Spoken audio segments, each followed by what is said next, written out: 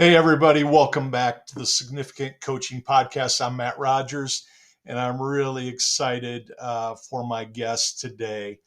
My guest today is Marco Azurdia, and I'll tell you a little bit about him. In 2012, he was named the Executive Director of the Northwest Athletic Association of Community Colleges. That's up there in Oregon and Washington in the northwest part of the country.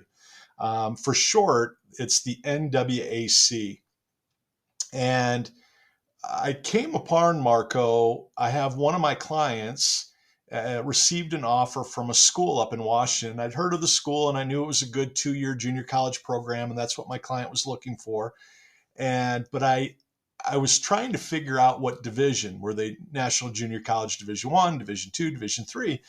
And I came away feeling a little foolish because I didn't really understand what the NWAC was. So I made a few calls and I ended up talking to Mr. Azurdia, and he was fantastic. He explained the difference between the NWAC, the NWAC, and the NJCAA, which most of us know the National Junior College. It's about 500 schools across the country.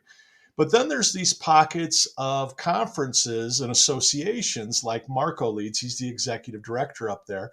And it's a conglomerate of schools of about 36 schools that all compete for a championship in about 8 different sports. And I learned a lot, and I'm so thankful I did because I now have so many great options to help my student athletes find if they want to go to a 2-year school, if they want to start their journey somewhere a little cheaper, get a really good education, get stronger, be able to compete at a high level, and then jump to a 4-year school. What I came away with is feeling really good about the NWAC schools, and I'm so glad I learned a lot about them. I want to give you a little bit of background about Marco. He's had a really outstanding, phenomenal career as a coach. Prior to taking over the leadership role of the NWAC, he had a tremendous career as a head college basketball coach. He coached at Napa Valley College, Wenatchee Valley College. As a women's coach, he had 7 seasons where he won 20 games at least. And then he set the school record at Wenatchee with 29 wins in a season, unheard of. There might be 50 college basketball coaches in the country that can say they won 29 games in a season. Over his career, his accolades are many, many, many, but the 2 big ones that really stood out for me: he was named the North Central Washington Female Team Coach of the Year before he took over as the executive director of the NWAC. And not only was he the Female Team Coach of the Year, but he was the Female Team Coach of the Decade as of 2010, which is just remarkable. It says a huge amount about not only what kind of coach he was, but how he was respected in his leagues and in his division out there on the West Coast. I was excited to speak with Marco about a lot of things, but really, I wanted to have somebody that was really an expert on 2-year colleges, 2-year college athletics.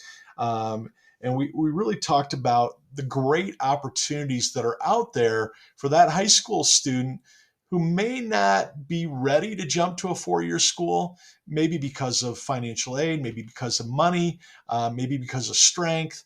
Maybe they just want to start somewhere and get comfortable and want to get comfortable at that college level. But there were a lot of things that we talked about, including how inexpensive it can be for the first 2 years if you go to a community college or junior college. We had a great conversation about the true power of a college education as well. And the NWAC schools are a great place for that first generation college kid like I was.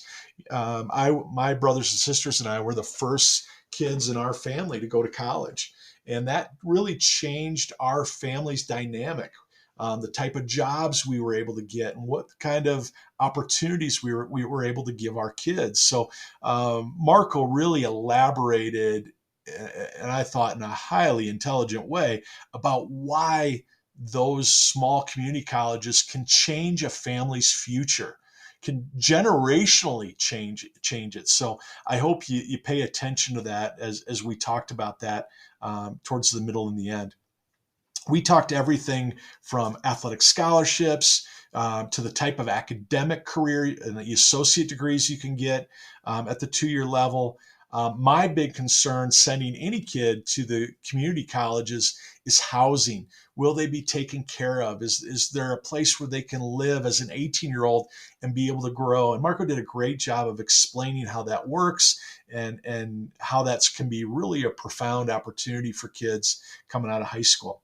Marco's a great teacher, great coach, great dad and husband. He's a great leader. I learned a ton from him.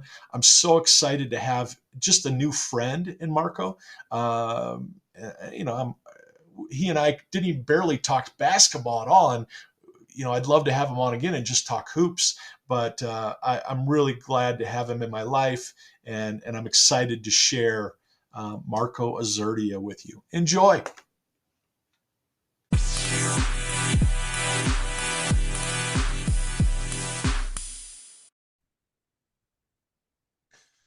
Marco, thank you so much for joining me today. I am thrilled to learn more about the NWAC.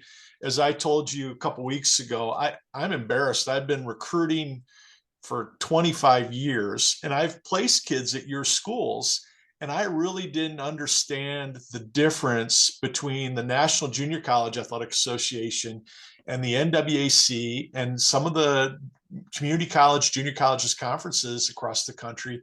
I really didn't understand them. So I learned so much from you in a short conversation that I knew having you on the podcast, we could really educate a lot of families about the great schools that are under your purview.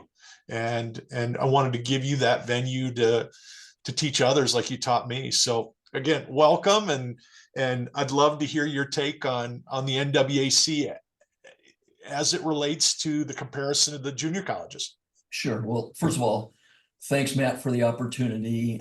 Second, great speaking with you a couple of weeks ago about this, and glad to hear that you're out helping community college kids get to the next level, because that's really what it's all about, is letting these student athletes develop academically and athletically so that they can ultimately reach their dream of playing and going to school at a 4-year, or after 2 years, if they're done and want to work in a trade, then albeit they're better educated and learn some things about competing in athletics at the collegiate level. The Northwest Athletic Conference, Matt, is 36 community colleges. Most are housed in the state of Washington and Oregon. We do have one school that we work with in British Columbia. The Northwest Athletic Conference has been around for years, and I believe it was in the 80s that they actually broke off from the National Junior Community College Athletic Association and ultimately created the NWAC. And it is an organization, like I said, of 36 schools. We have an office staff of 4, and we pretty much do everything from, what do they say, from soup to nuts in terms of trying to impact young people and really encourage and challenge them to really become who they want to be. And I think one of the great things about community college, whether it's us, whether it's the California system, and I was in the California system years ago, or whether it's the National Junior College Association, these kids deserve an opportunity. They, a lot of them, at least in our conference, are working while they're going to school and while they're competing. And I tell people, in my eyes, this is really athletics. This is real amateur athletics. And the reality of some of our students having to hold down a 20-hour-a-week job. Some of our students have family responsibilities. And it's really a unique and I think special blend of student athletes that make up the Pacific Northwest community colleges and the NWAC. It's such a necessary world. And, for those of us that coach at the college level and we recruit at the college level, we sometimes forget about the 2-year schools because what we know about them, it's typically local kids. Mhm. Typically, and tell me if I'm wrong, but typically it's kids that are anywhere from 1 mile to 30 miles away. They live with their parents maybe, and it gives them that opportunity to go to school and get a 2-year degree really close to home. You don't have to spend $15,000 a year on housing. You can live with mom and dad for a couple of years. You can work, you can take your 4 classes, and you get to continue your playing career. Is that the way you describe it? Is that some of the ways you see it? I would say yes. And then I think for us, Matt, it's evolved. So yes, traditionally it's been the local student athlete, but over the years, the NWAC has grown to recruit not only just Washington and Oregon, but maybe 15 years ago, it was the contiguous states to Oregon and Washington, Idaho, California, Nevada. Well, 3 or 4 years ago, we've now opened up recruiting across the country and international. So you're now getting this real diverse, you're potentially getting this diverse group of young men and women on your teams that are not necessarily coming up from just the Pacific Northwest or the local kid who's just going to come to school there. The reality is nowadays, these student athletes are coming to our institutions, and Matt, because you coached and I coached, it's because they developed a relationship with the person who recruited them. That's right. The assistant or the head coach. That's right. And they believe that this person is going to make a difference for them. And so what we've done is to now expand that to help with diversity of our rosters, to help with diversity in on the campus. I would venture to say that if you take a cohort of community college students, say student athletes, and a cohort of, I don't know, refrigeration technology students, or even music students, I would venture to say the biggest group in terms of diversity is athletics. Absolutely. And so that's been the great thing, is that, we're trying to educate people that don't believe at the institutions, and I was a former vice president of student services, don't believe that Jimmy, because he lives in the area, is going to just come to your school and play basketball or play baseball, or Joni's going to come. No, they're coming because why? That coach, they connected somehow. And that's the beginning of a hopefully fruitful relationship and then development of these young student athletes. Absolutely. I remember interviewing for the Maryville University head basketball job 25 years ago. And they asked me about my recruiting strategy. I go, I'm going to recruit 3 hours plus away from our campus. And they go, you're not going to recruit St. Louis? And I go, I'll take a kid or two every year from the community, but your campus. They were a suitcase campus at the point. Oh, okay. Thursday nights, everybody left. Yeah. So Thursday, Friday, Saturday, and Sunday, there was nobody on campus. Mm. And I go, I cannot build a program here if there's no life here on the weekends. Absolutely. Because these kids are going to get bored. They're going to forget why they went to college, and they're going to be looking for somewhere else after year one, before year one's over, to go to school, because they want that college life. Yeah. So I go, I'm bringing in kids from all over the country. If I can bring in international kids, I'm going to do it, because I want kids to be here. I want to create a dynamic on our campus where kids love being on this campus. It's home for them. Well, absolutely. And right, Matt, the bottom line, it's about culture. Culture Right. that you establish within your team, culture that's established within the athletic department, and then how that affects the institutional culture. Yeah. And then how that educates the total student athlete about education. Because we know, right, the carrot is athletics. Yeah. The reality is, hey, student athlete, we're using this to impact your life. That's right. Is what we're doing. That's right. It's just such a cool thing to be able to change a university's dynamic with athletics, because it doesn't just change athletics. You nailed it. It changes the entire university. We went from that first year, I had about 100 people that showed up for our Midnight Madness. Year two, we had 1,200 people in that gym for our Midnight Madness. Yeah. And it was all because of the kids. It really wasn't anything I did. I brought in 7 kids from 6 different states. And those kids went to every soccer game. They went to every baseball game. They went to every softball game. They dress up in Halloween costumes. And before long, we were, everybody was showing up to, in a costume and yelling and talking and cheering. And they loved it. Yeah. And it was so much fun. And I think what you're providing at your schools is you're giving these kids that opportunity to not just grow as a student, not just grow as an athlete, but they can see what that culture does. Do you get that sense when you go to all these campuses? I think so, Matt, because when I will talk with different coaches who talk about the relationship that they've had with kids, yeah, they'll say, you know what? That student athlete will say, man, it was much more than softball. It was more than whatever I expected. That's right. And that's the great thing, right? They're getting educated and they don't even know it. That's right.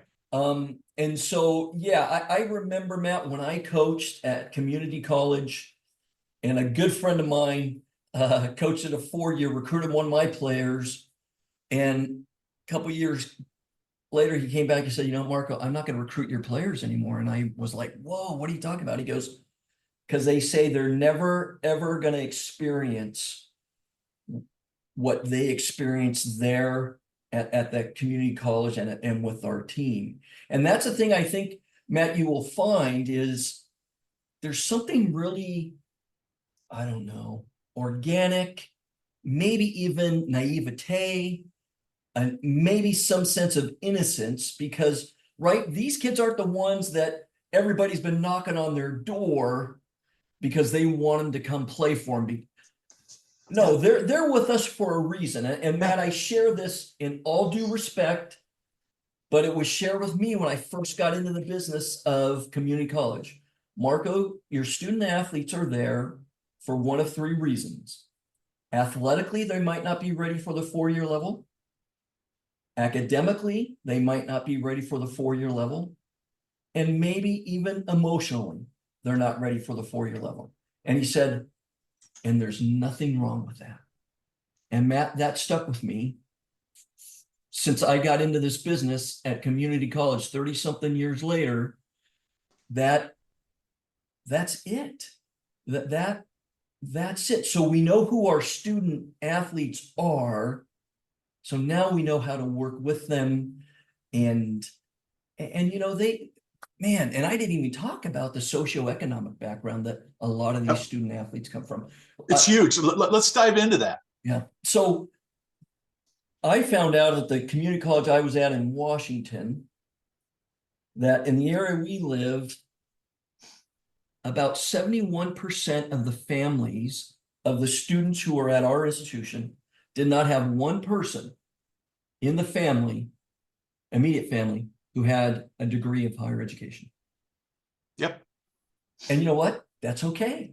Yeah. That's so exposing these student athletes to something that they thought maybe never would be possible, to experience they thought they would never ever have. Man, how rewarding is that? And then when they leave and flourish, I tell people a lot of times, it's like junior high, right? You have these junior high kids, and when they're in their last year of junior high, and those last 3 months, you're going, boy, Jimmy and Joe, they've matured. But you know what? The fruit is at the high school. That's right. And it's kind of like that with us. And so when you do run into these kids who come back and they tell you the stories of how beneficial it was for them to grow up, to learn some things, to get serious about academics, to realize that maybe if I'm at a small school and I'm the hot shot. I walk onto the community college, and you know what?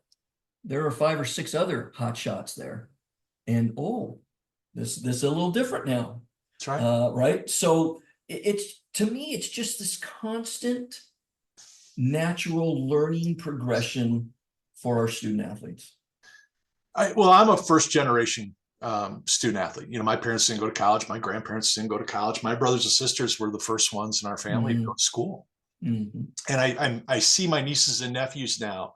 They've almost all gone to college. Yeah. You know, I've got nieces and nephews that are making more money in their career in a year than my mom and dad might have made in 10 years. Sure, sure. You know, and the power of that education is huge.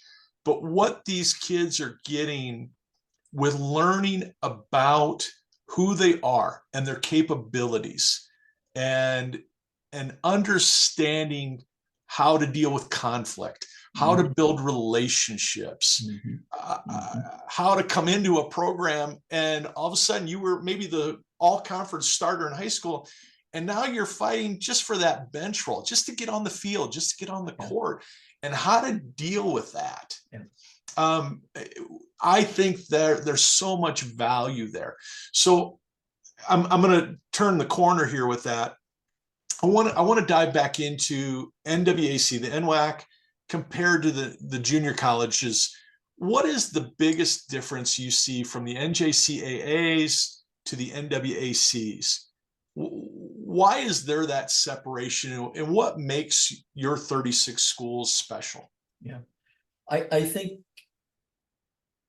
one of the biggest differences, obviously, is they have every state, right, basically east of Oregon and Washington, in which they have institutions. Right. So they're this 550 plus type organization that is very similar, I think, to the 4-year level in terms of what they are willing to commit financially to student athletes. In the NJCAA, I believe there are 3 levels.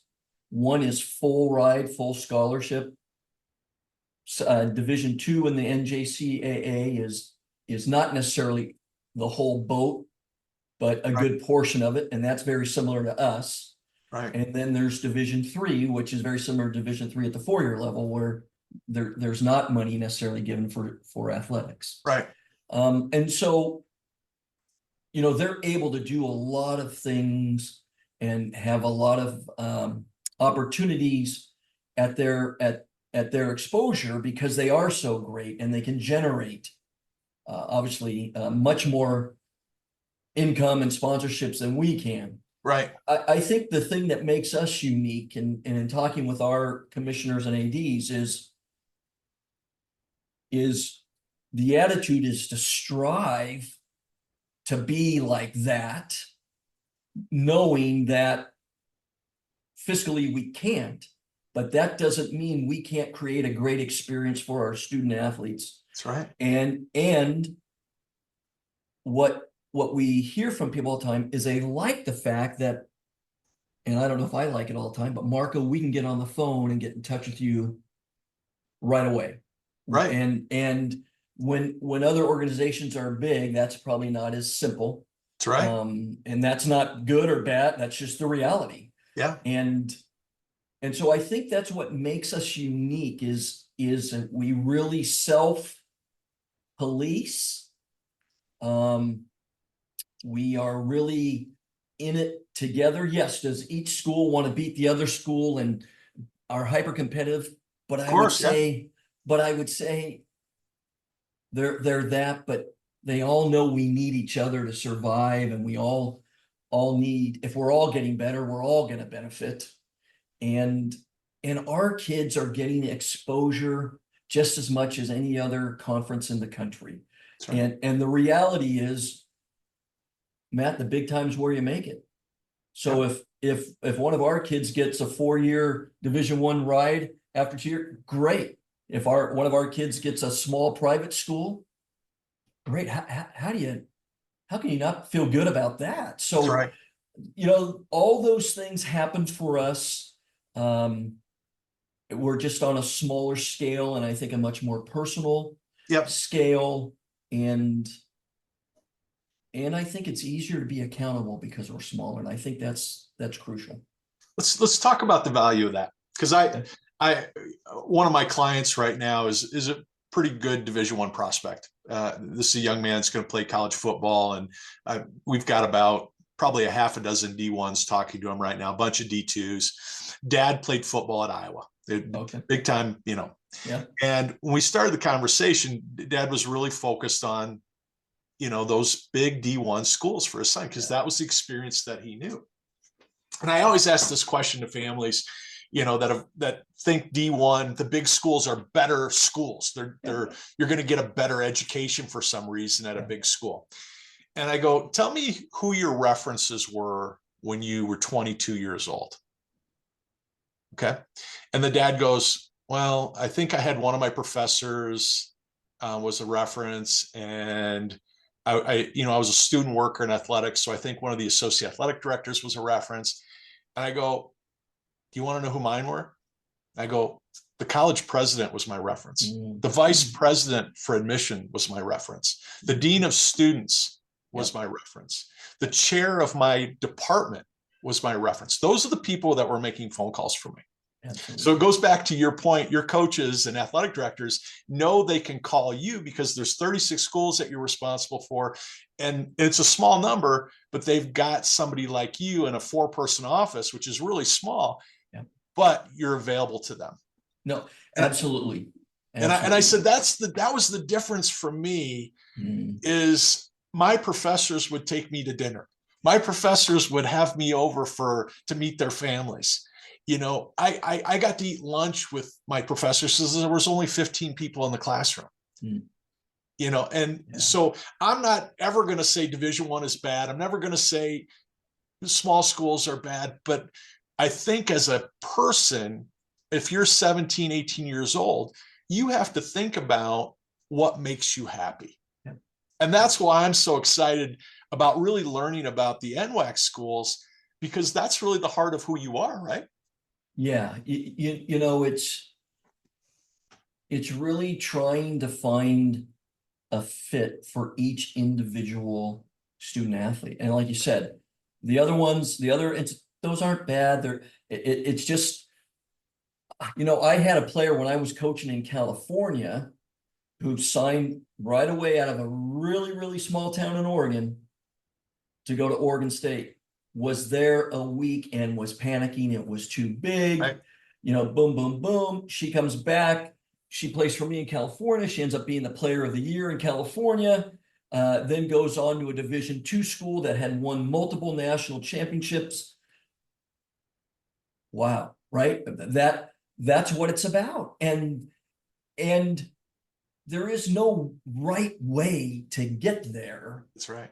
There's a way, and then you adapt, and then you turn here and you turn there, and you fall down and you get up and you succeed and deal with. So yes, to get back to your point about the size, I remember, at the big schools, you got a psych class of 200 people. Right. I taught psych, and I think the largest class I had was 20. That's right. That I was teaching.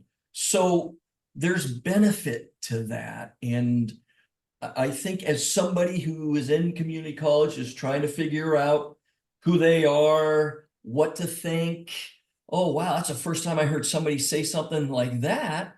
And to have those discussions within 15 or 20 people is a whole lot different than trying to voice it in front of 300 people. But yeah, it's really a unique, I think, educational tool for people. I agree. I want to shift to recruiting a little bit, because obviously that's kind of my wheelhouse, and I know you were a coach, and I know your coaches are dealing with this. What are some of the pain points that your coaches deal with in their recruiting? Because they don't have, you tell me if I'm wrong, but they probably don't have $20,000 recruiting budgets. They're probably like I had for 20 years, a $0 recruiting budget. What are some of the pain points your coaches have? Because for me, it's really good for families and teenagers to hear this. Yeah, yeah, Because they just think coaches have access to every kid on the planet and they can snap their fingers. If they want a kid, they're going to get it. yeah, What are some of those struggles your coaches have in finding the right athletes? And you can use your own experiences as yeah, a coach as well. sure. And not, and these aren't any priority, Matt, but you mentioned financially, right? Right. The reality for our coaches is there's not this pot of gold where they can go all over the country multiple times, or even go all over the state multiple Right. times to have recruiting visits. So they've got to be very wise on how they recruit. Um, I think just dealing with the fact that, oh, it's a 2-year institution, right? There you get those stereotypical comments. Right. Um, and so I think learning to overcome those type of things, I think are important. I think some other things that they battle with, I think a lot of times, is trying to get the student to see the value. Mom and dad see it, but the student athlete understanding the value of, well, you know what? I really don't know what I want to major in. So there's value to come to a place where you can take general education classes, get your AA degree, and figure out, oh, you know what? I think I am interested in business. Or you know what? I was thinking about business. I want, or in science, and I want nothing to do with science in terms of my degree. That's right. And mom and dad like that because that saved mom and dad money. That's right. And so trying to get them to understand the value in that. And a lot of times where I would see the school, the students who were at the 4A level, for in Washington, that's the biggest school you could be, is in a 4A in our area, go away, and here they come a year later or 2 years later going, you know what, I want to play. It didn't work out for me at UW. It didn't work out for me at Washington State or wherever. And getting them to understand that's okay. That's okay. That's part of the process of your journey. So, I think, and then the other thing is financial from the standpoint in Washington in the NWAC.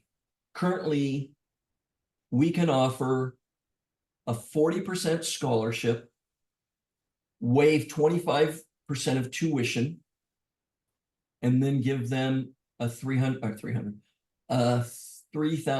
up to a $3,000 job. That's got to pay for almost everything, isn't it? So that's pretty close. That's pretty close. And what's interesting within the NWAC was when Oregon and Washington merged years ago, Oregon was allowed to keep full tuition waivers. So if you and I are recruiting the same kid and you're in Oregon, you can say to Jimmy or Joni, I can give you up to 15 credits of a tuition waiver. That's pretty good. It's fantastic. And me, as in Washington, I get pretty close to that with 40, 25, yeah. And so what's the average tuition at these schools? Oh my gosh, probably $4 grand a quarter. I'd have. You're looking at 15, 16 grand at the end of the year. Yeah. Before housing. Yeah, books. So if you're talking 40% discount right out of the tuition discount, you're talking about $5 grand of that, 5-6 grand of that. Yep. And then you're talking about a 25% scholarship, basically. Yeah, tuition waiver. Yep. So now half of your education's paid for, or a little bit more than that.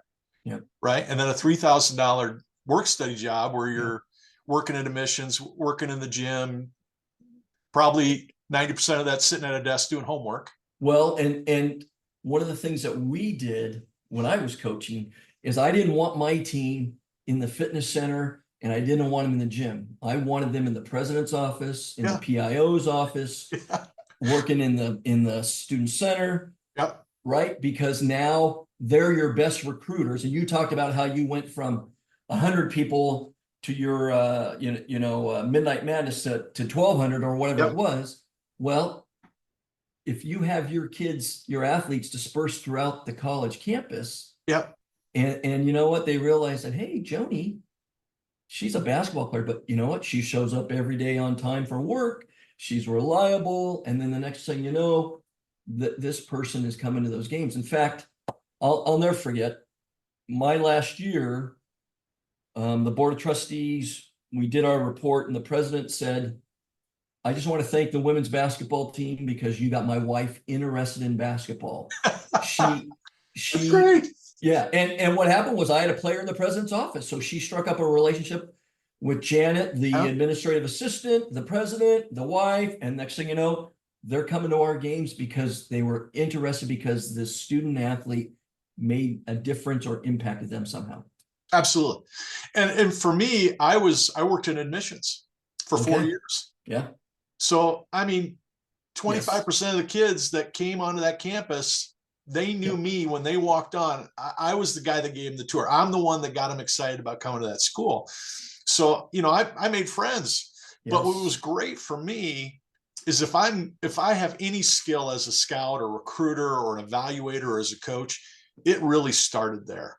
Yep. Because I had to learn, number one, to take great pride in my school. Mhm. I had number two, I had to market it. I had to sell it. I had to really teach these families why I went to that school and why our school was so great. Yep. And I walked out of college feeling like I could do anything because of that experience, because Yep. of having to learn how to build relationships really quickly. So I love that component, Marco. I love that that's such a big part of what you do and what your schools are offering to help pay for it. Yeah, and I would tell you one of the other things about recruiting that I think is difficult for our coaches. Not Please. a lot of our coaches are on campus full time. Right. They're Oh, that's part-time huge. coaches. So And huge. and and right, your 2 hours of practice Yeah. is great. But when transformation really happens is when Jimmy or Johnny comes to your office at 11 o'clock in the morning and says, Coach, you know what, I'm struggling with this, and that's where the business of coaching really takes place. Yep. And that's difficult for our coaches because many of them are part-time, and we're working with institutions trying to get administrators to understand who are your best recruiters, your coaches, who are the best people who retain students, your coaches. So maybe we can start working towards getting them on campus as a recruiter or as a life coach or as an educational planner and still coach. That's right. And if you were to look at the schools that are highly successful in our conference, that's what those institutions have done because they understand I don't want to keep opening up this pool for a part-time job. I'll make it up for volleyball, who's going to get, I'm making it up, an $8,000 stipend for part-time. That's right. When really the biggest cohort of students on my campus are student athletes, at least at community college, are student athletes, and they do better GPA wise. They graduate better than the regular students, and they retain better. Well, who's doing that? It's the coaches. That's right. So, but for our part-time coaches, that's tough. That's tough. It's a value proposition that a lot of presidents struggle with. Yes. And it's not because they don't want to understand. It's just no one sat down and talked to them about it. At the 4-year level, you take a small private school. The average private school is looking at a $12,000 to $15,000 profit per kid. Mhm. Right? Mhm. Your tuition might be 70,000, it might be 80,000, but really at the end of the day, what you're making from an average kid is about $12,000. Okay. So if I'm that volleyball coach and I'm bringing in, I have 16 to 18 girls on my roster every year. Yes. Yep. That's the multiplier times 12,000. Yeah, absolutely. So I'm bringing in, just by being the volleyball coach, I'm bringing in $250,000 to $30,000 into my university every year. Yeah. You're telling me I'm not worth $35,000 to $40,000 in salary, right. and another $5,000 stipend for my assistant? Yeah, And it's a value proposition. absolutely. So now as a coach, if you're going to give me that kind of money, it's my responsibility. Better believe I it. have to bring in 4 to 7 new kids every year as a Yep. volleyball coach. If I'm a baseball coach, I got to be bringing in 8 to 12. Yeah. And that's my responsibility. So I'm finding, and you and I have started to talk about this a little bit. Yeah. When I go into consult for an athletic department, I'm finding I have to teach that foundational thought, and then everything opens up. Everything gets a lot easier because now I'm going to the coaches saying, okay, I'm fighting for you to get you full-time, to increase your salary, to get you a full-time assistant, whatever that may be. Right. Now you have to learn executive function skills. Yeah. You have to learn how to recruit the right way. Yep. And I tell them I was the worst at that. I thought I was this great recruiter because in 12, 13 years, I brought kids in from 17 different states into my schools. And I thought, well, I'm really good at this. Well, I realized I'm not really good at this because I didn't have a plan. I didn't have a strategy, and I wasn't very consistent with how I brought it in. So we talk about those pain points when you're a part-time head coach. Yep. It's hard enough running your program and then having to recruit. So learning those strategies is such a big deal. What are the pain points for your families? What are some of the things that they struggle with in terms of making a decision to come to those schools? Yeah, I think, and once again, not in any priority, but finances, how it affects. Remember, we talked earlier about, at least at my institution, 70% of the families didn't have somebody who had a degree in higher education, Right. which can translate to the income in that family may not be as great as it would be for somebody who has higher education degrees. And so there's this impact financially. I think too, just leaving to go away to college, we have a pretty strong Hispanic population up here in many of our schools because of the ag industry that is so prevalent in Oregon and Washington. Right. And culturally, Matt, trying to educate the family the importance of son and daughter going to college and breaking away from that, and some of those cultures, that bond is super duper tight. Yeah.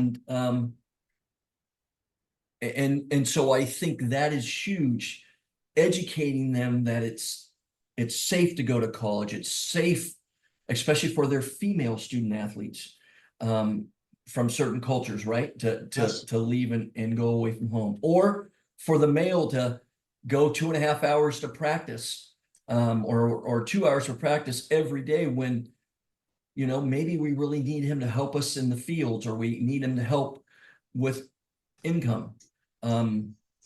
So I think family wise, that's big, and it's incumbent upon the coaches and those athletic administrators to educate the family, right? You recruit the student, but in reality, you also are recruiting that family.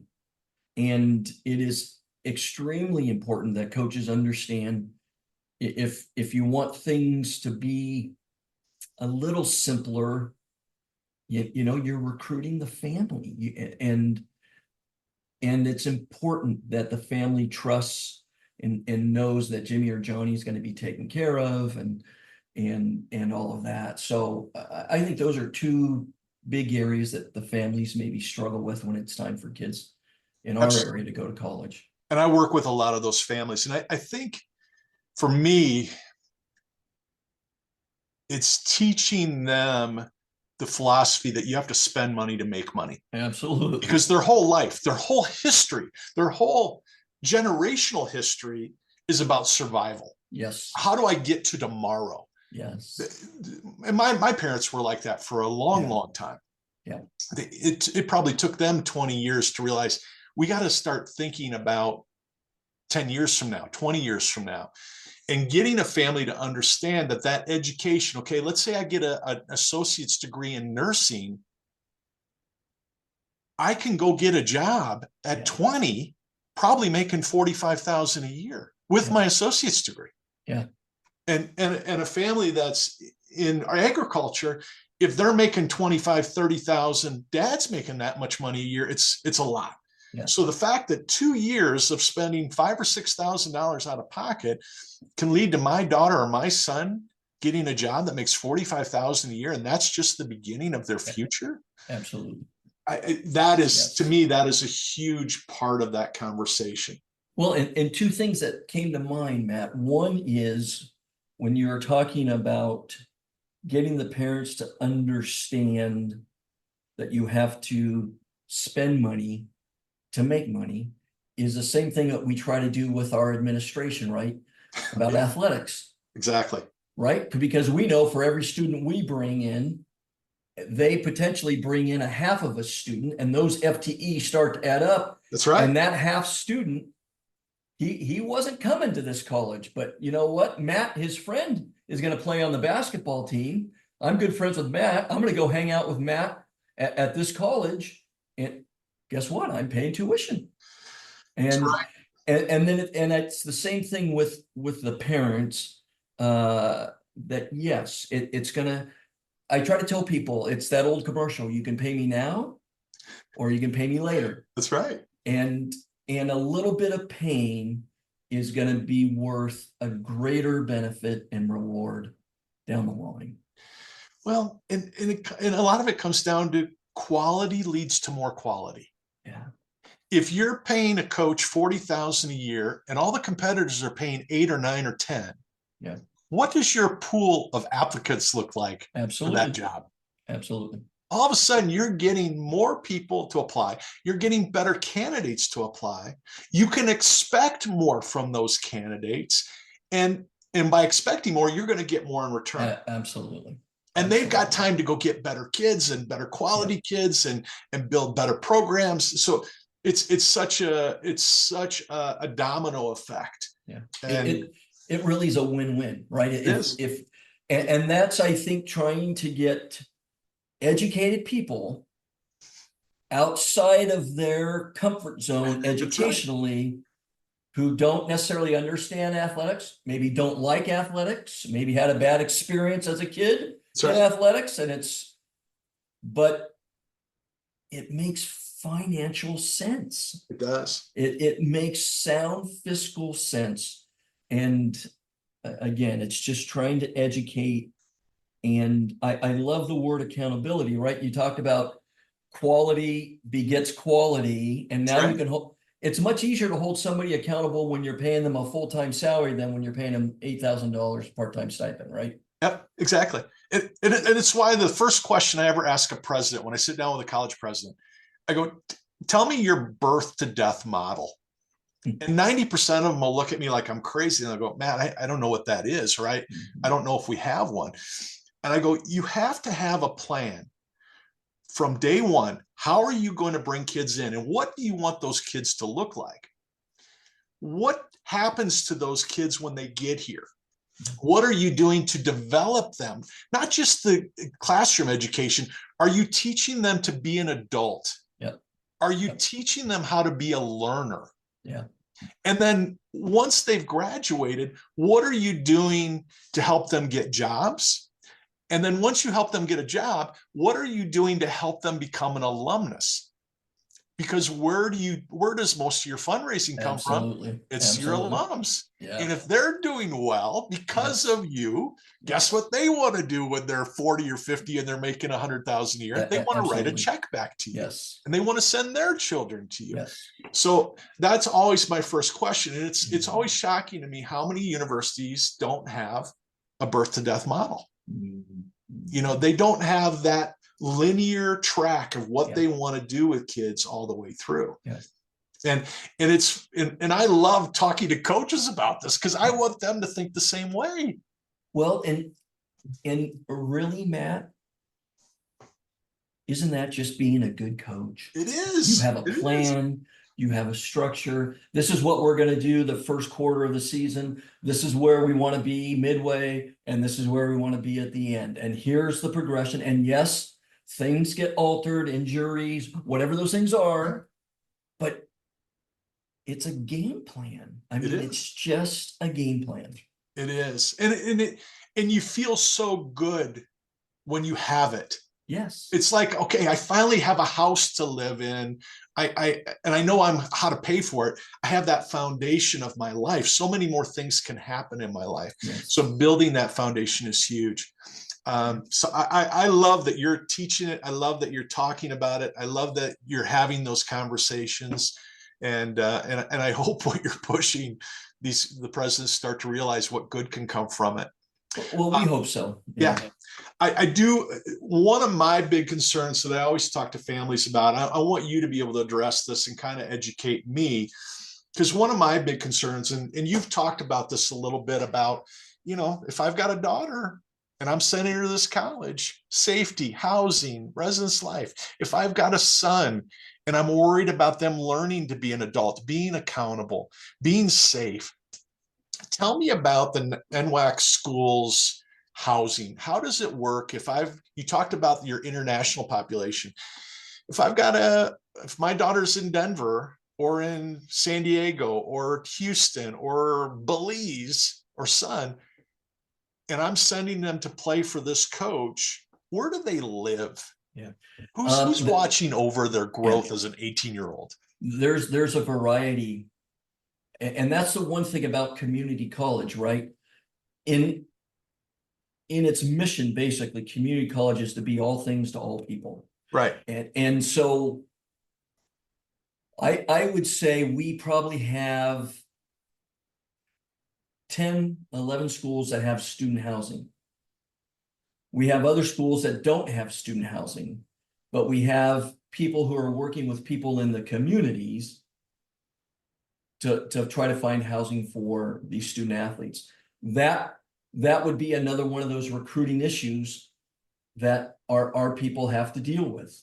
Those schools that have student housing, it's simpler. It builds student life.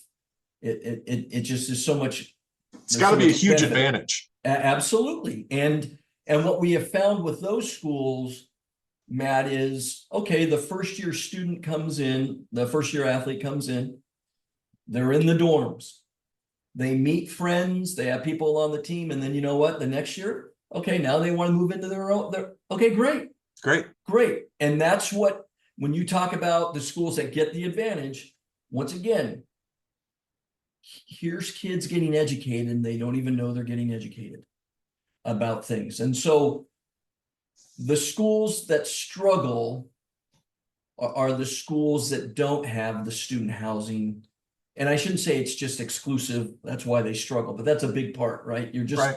It's hard to build college life. It's hard to build that experience. It's hard to build that atmosphere. And so that continues to be a difficulty. Now we have one school where they build their whole enrollment plan with all of their teams, and I believe they have 13 teams in student housing. It's great. In fact, the president built student housing, and he said, you know what? The local kids are moving away. So in order for us to survive, we got to use athletics to recruit. Yep. And to live and help finance the college. And so smart. It is an absolutely, that program's solid, may not win all the championships, but solid across the board because they get it. Yeah. Well, we're seeing so many small schools close their doors right now. Oh. And you'll talk to a coach, you'll talk to somebody in that league and go, what happened? They'll go, they didn't commit to athletics. Yeah. Everybody told them to commit to their athletics and they wouldn't do it. It's such an easy way to have consistent revenue. It's such an easy way to build your endowment. It's such an easy way to build culture. And for not making it a focus, I'll never understand. And I think too, Matt, it's an easy way to get free publicity. Absolutely. Especially at the community college level. The local newspaper's not writing about, oh, Marco had a great experience in philosophy. That's right. But they're going to cover the locals. And you imagine what the school would have to pay for that? Oh yeah, I've been told millions. Yes, no, no, no. Absolutely. Years ago, somebody within our organization did a study on that, and the amount of money that the school would have had to pay for all of the time they were mentioned athletically in the local newspaper. Yeah, It's amazing. Once again, trying to educate those people that aren't athletic to understand why it's beneficial. You don't have to like it, yeah. but you have to understand it. Man, it can make life easy for people. Oh yeah. There's been books written about what Mike Krzyzewski did at Duke. Oh yeah. How Duke was, it's never been more than about a 5,000, 6,000 person student body, but they were having maybe 1,500 applicants before Mike got there. And regularly now they have 20 to 30,000 applicants Yeah. that want to go to Duke every year. I have a really good friend who, well, yeah, Gonzaga is the textbook for it. So I have a really good Absolutely great friend example. who taught at Gonzaga in the athletic department. He wrote an article about how it changed everything. And they were on the verge, Matt, of things. Yeah, And boom, here Don Munson comes in, gets that thing started, and then Few takes over, that's right. and it's just crazy. But Yeah, that's what it can do. yeah. I mean, it changes the campus, it changes the city. It's amazing what it does. Yeah, you look what Caitlin Clark just did at Iowa. Look at the money it's brought into that school. Yeah, The applications have to be through the roof. absolutely. And of women, right? Yeah, Of women. women. Absolutely. Yeah. What a great thing. Marco, I am so thankful for your time. I could go on and on. I could talk to you all day. I really appreciate you and the time you've given me and the help you've given with a couple of the kids I'm working with. I'm one of my girls just committed to Centralia, and I'm thrilled for her. And she's got a coach there that she loves. And you and I have talked about talking to some of your coaches. I'm really excited to Yeah, talk to your coaches if we can make that work. But I just wanted to thank you for all that you continue to do as an educator and as a leader. And thank you for educating me. And I'm excited to have future conversations with you. absolutely, man. I appreciate the opportunity and to get to know you and what you want to do and what you're about. And I got into this business as a coach 30 something years ago because I wanted to impact kids Yep, me too. and young people. And that's what we're trying to do from a conference level, right? Our big thing is it's about character, competition, and community. And characters first for a reason. That's right. And that's what we try to impart to our ADs, who hopefully impart it to coaches, who hopefully impart it to student athletes. But I don't think there's a greater job in the world I agree. where you can impact young people. I agree. My big word is significance. And to Mhm. me, the difference between success and significance is success. Anybody can walk into a gym and score a basket or kick a goal. But significance is teaching them how to do it over and over again and teaching them how to teach others how to do it. Yeah, And that's great. for me, you are a significant educator, and I'm glad you're out there in the Northwest making a difference. So thank you for your time. Thank you, Matt. We'll talk soon. Absolutely. All right, take care. Bye.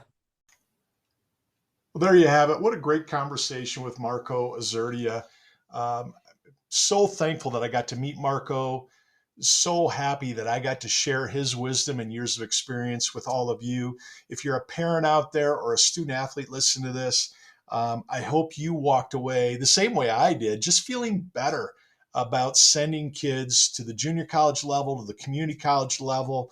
I'm excited for my clients to take a look at those schools on the West Coast, those 2-year schools that are doing great work in developing student athletes and helping them move on to great 4-year schools. So I hope you took as much from that as I did. And because of my relationship with Marco and my friendship now, he's introducing me to some great college coaches and lots of different sports out there on the West Coast. So I'm going to be having some of those coaches on the podcast here and throughout the summer.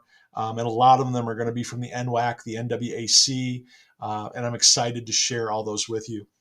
I haven't done a lot of podcasts over the last couple of weeks. I'm rebuilding my marketing. We're rebuilding the website, and we've been really busy. But I'm going to overwhelm you with great coaches and leaders over the next 4 to 6 weeks. Where my calendar is almost booked into July already. So we've got about 12 to 15 coaches already booked out throughout the summer.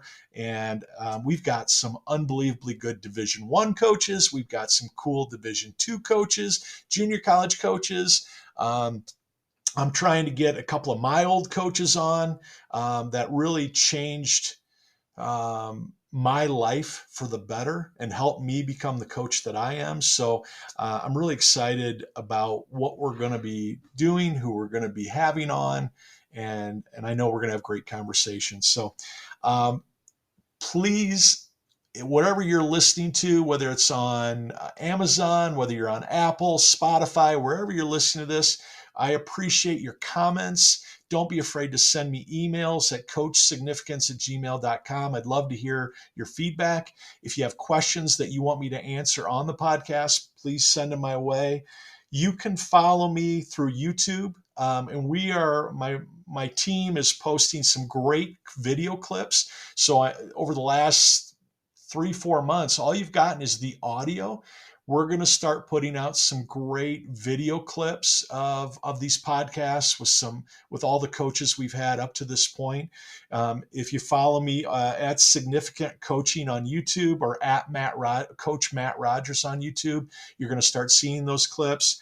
You're already seeing them on Instagram at Recruit Coach for You, the number 4, the letter U. So Recruit Coach for You on Instagram. Same with Facebook at Recruit Coach for You, Twitter or X at Recruit Coach for You. And if you're a colleague, if you're a professional and you want to connect with me because of coaching or because of you've got student athletes that you work with, or maybe you're a college administrator and you want to talk to me about consulting and strategies for your athletic department, you can connect with me through LinkedIn at RogersMatt16. There's about 1,000 Matt Rogerses just in the United States alone. So if you go to LinkedIn and just type in Matt Rogers, there's going to be a ton of us. So make sure if you go to LinkedIn, you want to connect with me, go to RogersMatt16. So thank you all for your continued support of this podcast. Thank you for your continued support of me and my efforts to make college recruiting, college athletics a healthier place for all families and all kids. And I'm going to keep doing it until there's no more to do. So thank you again. And I wish you all a significant week. And I'm excited to bring Coach Brad Hoyt next week, my old college roommate, the new head men's basketball coach at Quincy University. He will be my guest next week, and he is as good as you would hope he is. He is fantastic. So that's a little tease for next week's podcast. Have a great week. Bye-bye.